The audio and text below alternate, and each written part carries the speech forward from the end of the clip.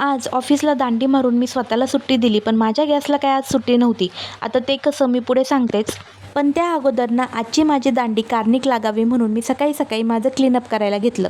छान असा face pack लावला आणि त्यानंतर मागे गेल्यावर पार्ससाठी 2 अंडे उकडायला टाकले. तोपर्यंतच इथे आजी नातवाचं शेवंती वळायचं काम चालू होतं. आजी आल्यापासून आम्हाला प्रत्येक गोष्टीत मदत करायची असती आणि आता इथे नंगूपंगू होऊनच काम करायचं चालू होतं. तोपर्यंत मी माझी आंघोळ आवरून घेतली. छान अशी रेडी झाले आणि त्यानंतर मी पार्थला पण आंघोळ घातली. आता आंघोळ झाल्यानंतर आम्हाला सगळ्यात पहिले टिक्का लावायचा असतो. मग मी त्याला टिक्का लावून दिला, म्हणजेच अश्वगंध लावून दिला आणि तो त्याला आरशात बघायचा होता की मी व्यवस्थित लावला की नाही लावला. चला आता स्वतःने आरशात बघून स्वतःची खात्री करून घेतली की मम्मीने टिक्का लावलाय. त्यानंतर पार्थचा छान असा उकडलेल्या अंड्यांसोबत नाश्ता झाला.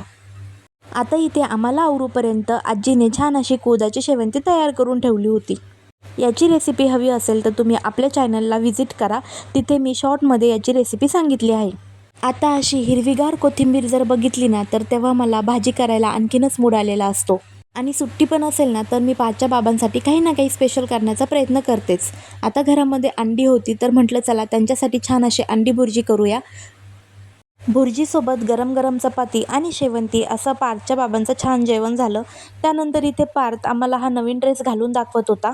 आता पार्थ हा ड्रेस का घालून बघत होता हे तुम्हाला पुढच्या 1-2 व्लॉग्समध्ये समजेलच.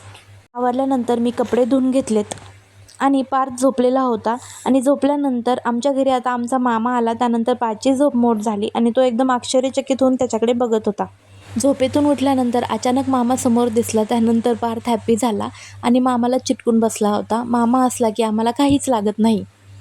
दादा आता दुपारी आला होता. मग त्यानंतर मी परत चपातीचं पीठ मळलं आणि त्याला पण अंड्याची भुर्जी केली.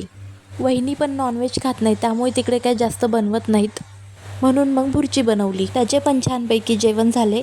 आता स्वयंपाक झाल्यानंतर परत भांडे पडणारच, ते घासून घेतलेत आणि त्यानंतर मामा निघाला आणि मग पार्थने खाऊ मागितला नाही असं होणार नाही. मग पार्थला अशी कॅडबरी घेऊन दिली आणि ते दोघं गेलेत. आता आज ऑफिसला सुट्टी मारली म्हटल्यावर एक्स्ट्रा कामं होणार नाही असं कधी होणार नाही. आता काय करायचं म्हणून मग आम्ही हा बेत केला. अशा प्रकारे ना आज दिवसभर माझा गॅस चालूच होता. आता तुम्हाला हे सगळं बघून समजलंच असेल की मी काय बनवत होते. आज आम्ही बेसनाचे लाडू बनवलेत.